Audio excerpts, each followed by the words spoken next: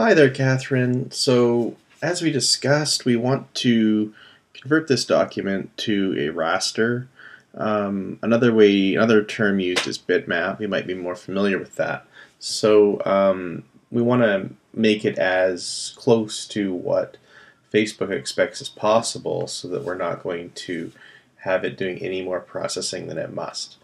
And what we have here is a lovely vector graphic set up perfectly for print. So we're going to make some changes. CMYK, that's for color process printing to page. And so we're just going to switch that to RGB color. Odds are that would happen in the file format we're going to save to anyway, but let's just make sure that we've got it set up ideally. Now also, because we're going to work in pixels, we need to change the document setup so that we're seeing the right units. So now that image is being measured in pixels. And let's take a look at what we have here. So this width is 236.29 pixels. This is too wide. We want only 180. Now let's make sure that this is on. Yeah, okay, it's done it. Alright, so then now we've scaled this down a little bit. The other thing that we need to do is to actually shrink the artboard down so that we're not getting a whole page here. We want just the size of the image. So we're going to fit the to artwork bounds. All right, and as you can see, the artboard has now collapsed to just be the size of this graphic. And we're going to go ahead now and we're going to save for web and devices, which is the output mode that's going to, convert it to a simple bitmapped image.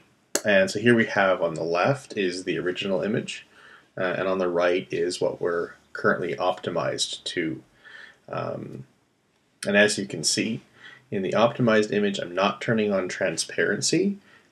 I don't really trust Facebook to do a good job with transparency, and the background's going to be white, so I think we're safe to go with white. I'm also using PNG or PNG. That's because that graphic format is non-lossy, so it's going to give us the highest quality output. Now when we upload it, that's going to be converted by Facebook to a JPEG, and it's going to lose some of its quality. We could try also saving it as a JPEG, so I think I'll do that as well. You can upload the PNG and see what result you get, and you can upload the JPEG and see what result you get. And it may be possible that if you upload the JPEG, it might not recompress it, but I really think it will, just to try to make it smaller.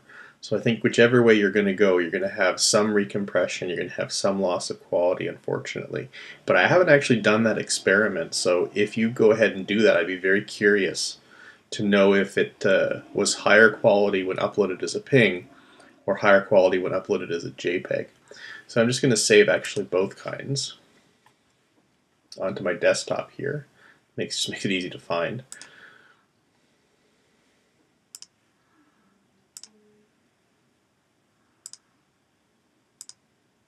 And then with the JPEG, we get various quality settings, and this can actually illustrate what I'm talking about when I say that the blotchiness of the color, as you can see here, is being introduced by a JPEG compression. And the more compressed we make the file, the more obvious it's going to become. You can even see like bits and pieces of dirtiness showing up around the letters. So that's what's happening on the other end there with Facebook. So we have to go pretty high on the quality scale before the blotchiness basically is still there, but it becomes largely imperceptible.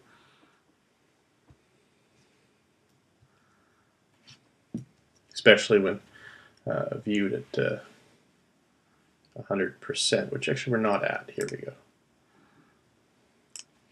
So then that's the actual file size, and we might be able to get away with a little bit less.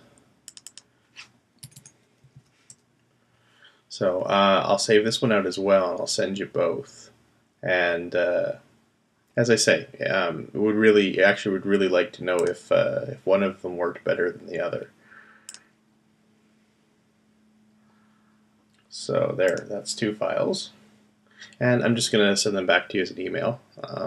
And hopefully that will help you out. And you can see it's a pretty simple process to optimize them. It's really optimizing them by picking the, setting it to the screen color process, which is RGB, getting that artboard size down so that they're actually, and resizing the graphic itself so that they're actually within the maximum that width that Facebook allows, which is 180. I don't remember the maximum height, but it does have one of those as well, but it's pretty high compared to the width. The width is usually what's going to limit you. And then saving them out in a PNG or a JPEG format, which will convert them into a bitmap that's compatible, for display with web browsers, because web browsers have very, very limited support for vector graphics formats. And I think that's really about it.